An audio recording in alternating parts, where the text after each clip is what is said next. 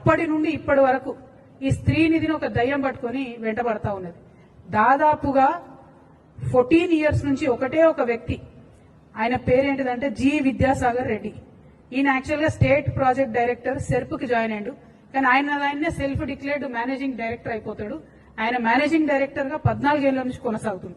58 సంవత్సరాలు పైబడినటువంటి వ్యక్తిని కొనసాగించరాదని ఆర్బీఐ చెప్పినప్పటికీ కూడా ఆయన అట్లనే కొనసాగుతాడు. ఆయన ఎవరేమన్నారు. ఎందుకంటే ఎర్రవల్లి దయాకర్ రావు గారు అప్పుడు గ్రామీణ శాఖ మంత్రిగా ఉన్నప్పుడు, రూరల్ డెవలప్మెంట్ మినిస్టర్ ఉన్నప్పుడు డైరెక్ట్ గా ఎర్రవల్లి గారి ట్రస్ట్ కి సిఎస్ఆర్ ఫండ్స్, ఈ స్త్రీ నిధి నుంచే సిఎస్ఆర్ ఫండ్స్ ఆయన ట్రాన్స్ఫర్ చేసి అప్పుడు బీఆర్ఎస్ గవర్నమెంట్ లో మేనేజ్ చేసుకున్నాడు. ఇప్పుడు కాంగ్రెస్ గవర్నమెంట్ లో కూడా అదే కొనసాగుతున్నది.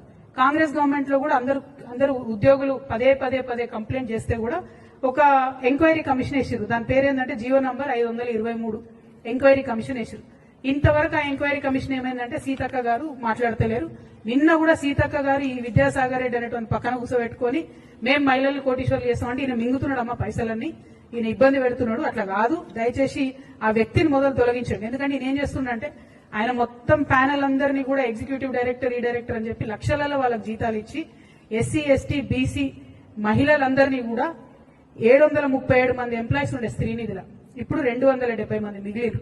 అందరినీ కూడా ఆయన తీసేసుకుంటూ వస్తున్నాడు. అన్ని రకాల రూల్స్ కూడా ఫ్లౌట్ అయిపోతా ఉన్నాయి. దీనికి ఖచ్చితంగా మీరు ఈ విద్యాసాగర్ రెడ్డి అనే వ్యక్తిని మీరు తొలగించాల్సిందే. ఆ స్త్రీ నిధిలో జరుగుతున్నటువంటి అక్రమాలను ఖచ్చితంగా బయట పెట్టాల్సిందే. 523 జీవో ఎంక్వైరీ ఏమైందో కూడా సీతక్క గారు చెప్పాల్సిందే. మీరు చెప్పకపోతే మరి ఎర్రబల్లి గారికి ఎట్లయితే అండర్స్టాండింగ్ ఉండేనో మీకు కూడా ఉంటుందని అనుకోవాల్సి వస్తుంది. సీతక్క మంచిది, నాకు తెలుసు, అట్లా చేయదు. కాబట్టి తొందరగా విద్యాసాగర్ రెడ్డిని తొలగిస్తారని చెప్పి నేను మనస్ఫూర్తిగా నమ్ముతా ఉన్నాను.